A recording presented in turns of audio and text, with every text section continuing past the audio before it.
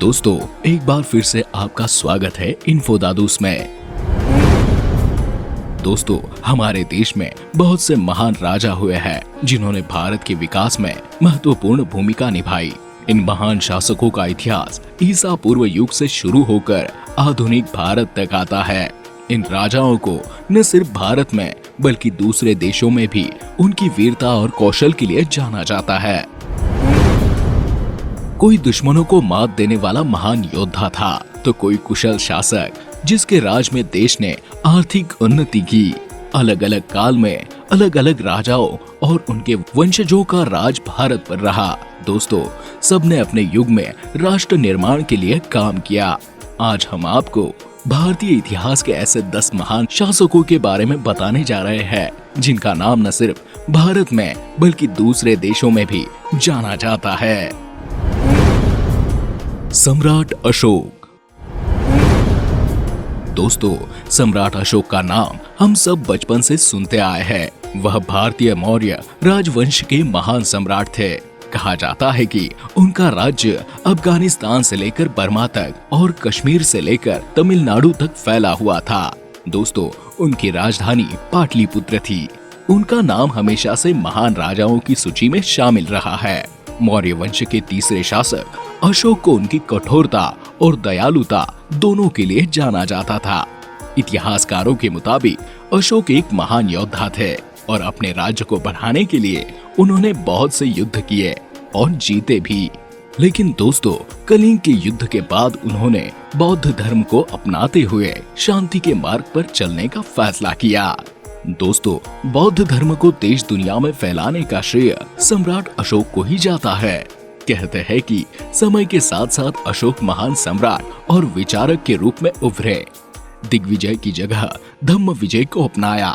उन्होंने आम लोगों का सम्राट बनने पर जोर दिया और इसमें सफल भी रहे। उनके शासनकाल में कई प्रमुख विश्वविद्यालयों की स्थापना की गई, जिसमें तक्षशिला और नालंदा विश्वविद्यालय प्रमुख है। दोस्तों, तीसरी शताब्दी के सम्राट अशोक द्वारा बनाया गया मध्य प्रदेश में सांची का स्तूप आज भी एक प्रसिद्ध पर्यटक स्थल है। अशोक स्तंभ से लिए गए अशोक चक्र को भारत के राष्ट्रीय ध्वज में स्थान दिया गया है और 4 शेर वाले चिन्ह को राष्ट्रीय चिन्ह का सम्मान दिया गया है। सम्राट चंद्रगुप्त मौर्य। दोस्तों, इतिहास की चर्चा हो और सम्राट चंद्रगुप्त का नाम न लिया जाए, ऐसा संभव नहीं। मौर्य वंश के संस्थापक चंद्रगुप्त को भारत का पहला सम्राट माना जाता है, जिन्होंने लगभग पूरे भारत में अपना शासन फैलाया।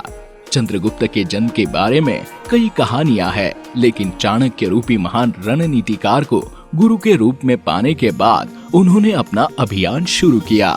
सबसे पहले उन्होंने मगध से नंद वंश को समाप्त कर अपना शासन स्थापित किया और फिर अलग अलग खंडों में विभाजित भारत को अखंड भारत बनाया।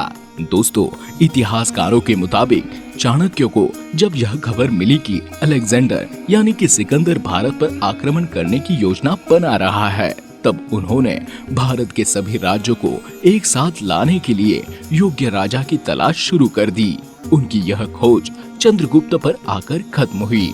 चाणक्य के मार्गदर्शन में ही चंद्रगुप्त ने सिकंदर के सेनापति सेल्यूकस को युद्ध में हराया और उनके साथ संधि की कि वो कभी भारत पर आक्रमण नहीं करेंगे। चंद्रगुप्त के अपने शासन काल में न सिर्फ अपने राज्य की सीमाओं को बढ़ाया, बल्कि इसकी आर्थिक उन्नति पर भी ध्यान दिया। छत्रपति शिवाजी महाराज। दोस्तों, इस महान मराठा शासक के बारे में कौन नहीं जानता। छत्रपति शिवाजी महाराज एक तरफ जहां वीर योद्धा थे, वहीं दूसरी ओर बेहद दयालु शासक भी थे। बताया जाता है कि पुणे में जन्मे शिवाजी शाहजी भोसले जी ने ही मराठा साम्राज्य की नींव रखी थी। बचपन से ही शिवबा ने युद्ध शिक्षा ली। इन्हें गुरिल्ला युद्ध तकनीक का जनक भी कहा जाता है, क्योंकि मुगलों के खिलाफ इन्होंने इसी तकनीक का इस्तेमाल किया था। उनकी गुरिल्ला युद्ध नीति के बारे में आज भी बात की जाती है। एक कुशल योद्धा और रणनीतिकार होने के साथ साथ वह प्रगतिशील शासक भी थे। छत्रपति शिवाजी महाराज सभी धर्मों का सम्मान करते थे और उनके राज्य में सभी लोग बिना किसी भेदभाव के रहते थे। उनकी सेना में कई मुस्लिम योद्धा बड़े ओहदे पर आसीन थे। छत्रपति शिवाजी महाराज ने अपनी अनुशासित सेना एवं प्रशासनिक इकाइयों की सहायता से एक योग्य एवं प्रगतिशील प्रशासन प्रदान किया। भारत के स्वतंत्रता संग्राम में बहुत से लोगों ने छत्रपति शिवाजी महाराज के जीवन चरित्र से प्रेरणा लेकर स्वतंत्रता आंदोलन में अपना तन मन धन न्यौछावर कर दिया था। महाराणा प्रताप। दोस्तों, महाराणा प्रताप सिंह उदयपुर मेवाड़ से सिसोदिया राजवंश के राजा थे। महाराणा प्रताप को मुगल शासकों के सामने कभी न झुकने के लिए याद किया जाता है। कई वर्षों तक बादशाह अकबर के साथ युद्ध करने वाले महाराणा प्रताप का इतिहास एक प्रेरणा की तरह है। इन्होंने अपना सारा जीवन राष्ट्र, कुल और धर्म की रक्षा के लिए समर्पित कर दिया था। इसलिए इतिहास में इनका नाम आज भी वीरता और दृढ़ प्रतिज्ञा के लिए अमर है। ऐसा कहा जाता है कि महाराणा प्रताप तब 72 किलो का कवच पहनकर 81 किलो का भाला अपने हाथ में रखते थे। भाला, कवच और ढाल तलवार का वजन कुल मिलाकर 208 किलो था। राणा 208 किलो वजन के साथ युद्ध के मैदान में उतरते थे। मेवाड़ को जीतने के लिए मुगलों ने कई प्रयास किए, लेकिन अजमेर को अपना केंद्र बनाकर अकबर ने उनके विरुद्ध सैनिक अभियान शुरू कर दिया। महाराणा प्रताप ने कई वर्षों तक मुगलों की सेना के साथ संघर्ष किया। उनकी वीरता ऐसी थी कि उनके दुश्मन भी उनके युद्ध कौशल के कायल थे। महाराणा प्रताप और उनके प्यारे घोड़े चेतक की वीरता की गाथाएं आज भी आपको राजस्थान के कन-कन में मिल जाएगी। वह ऐसे महान राजा थे जिन्होंने कई वर्ष जंगलों में बिताए, घास की बनी रोटियां खाई और एक बार फिर अपनी सेना खड़ी की, लेकिन कभी दुश्मनों के सामने घुटने नहीं टेके। छत्रपति शाहू महाराज।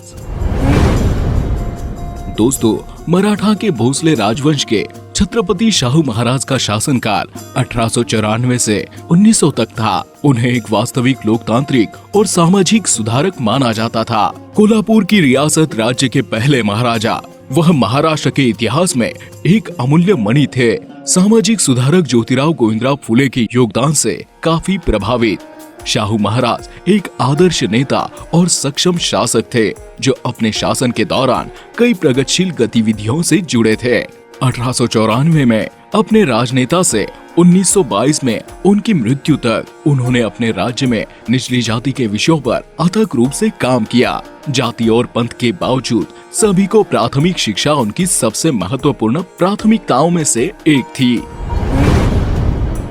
सम्राट पृथ्वीराज चौहान। दोस्तों, पृथ्वीराज चौहान को भारत का अंतिम हिंदू सम्राट माना जाता है। उन्हें राय पिथौरा के नाम से भी जाना जाता है। अजमेर के साथ साथ दिल्ली के साम्राज्य पर भी राज करने वाले पृथ्वीराज चौहान अपनी युद्ध कुशलता के लिए जाने जाते हैं। अजमेर का शासन उन्हें अपने पिता सोमेश्वर चौहान की मृत्यु के बाद मिला था, लेकिन दिल्ली का उत्तराधिकारी उन्हें उनके नाना और उस समय के दिल्ली के शासक अनंगपाल ने घोषित किया।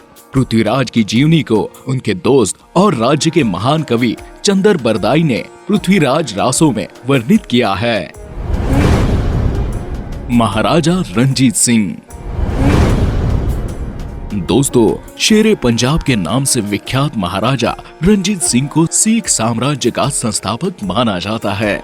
बताया जाता है कि उन्होंने 19वीं सदी में सिख शासन की शुरुआत की थी। बचपन में चेचक की बीमारी में अपनी एक आंख गंवाने वाले रणजीत सिंह एक कुशल शासक थे।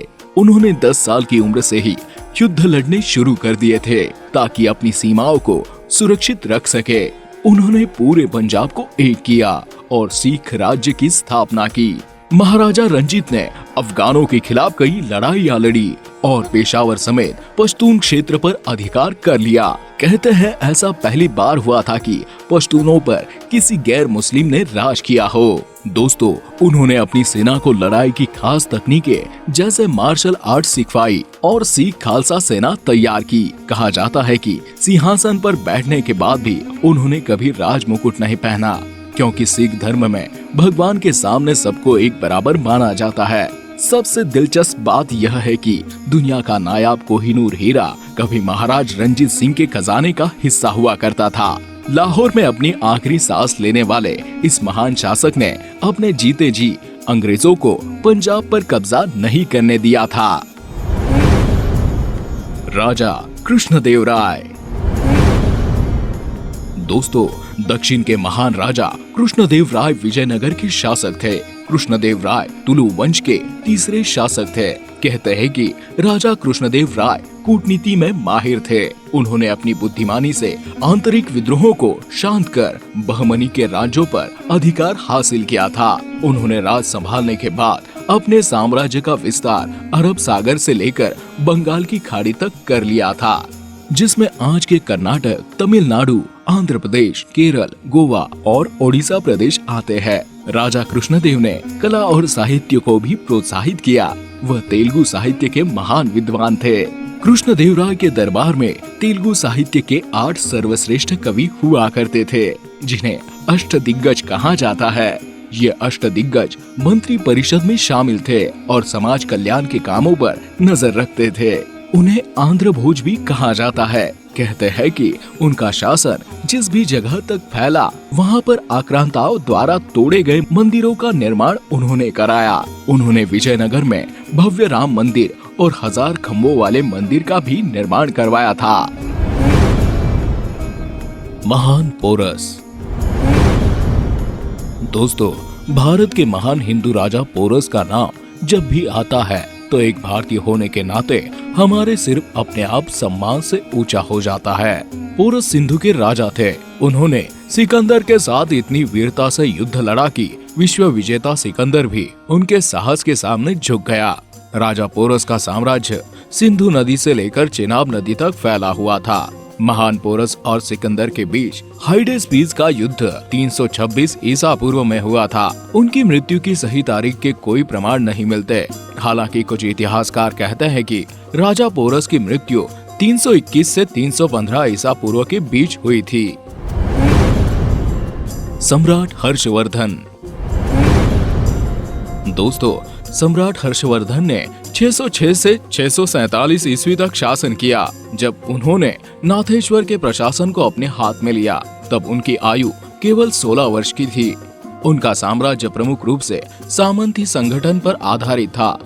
इसके प्रमाण सम्राट हर्षवर्धन की प्रमुख उपाधियों परम भट्टाकार, सकोलात्तरा पथेश्वर, महाराजाधिराज, सार्वभौम, चक्रवर्ती, परम माहेश्वर और परमेश्वर आदि से प्राप्त होता है। चीनी यात्री हैंसांग ने सम्राट हर्षवर्धन को शीलादित्य कहकर संबोधित किया है। 6ठी शताब्दी के मध्य में गुप्त शासकों का पतन होने के पश्चात उत्तर भारत में राजनीतिक विकेंद्रीकरण की पद्धति आरंभ हुई। हर्ष का शासनकाल आरंभ होते ही इस व्यवस्था का अंत हो गया। यशस्वी सम्राट हर्षवर्धन ने अपनी प्रतिभा और बुद्धिमत्ता के द्वारा उत्तर भारत के विशाल भूक्षेत्र को अपने साम्राज्य में शामिल किया।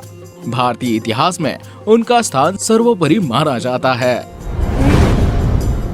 दोस्तों, इन महान राजाओं के कार्य और महती को आप तक पहुंचाने का इन्फो दादूस का यह प्रयास आपको अच्छा लगा हो तो वीडियो को लाइक और शेयर जरूर करें। साथ ही अपने सुझाव और आप किस राजा के बारे में डिटेल जानकारी वाला वीडियो पसंद करेंगे, हमें कमेंट कर बताना ना भूलें। हम आपके लिए ऐसे वीडियोस लाते रहेंगे, तो चैनल सब्सक्राइब करें, बेल आइकॉन दबाएं। वीडियो देखने के लिए धन्यवाद।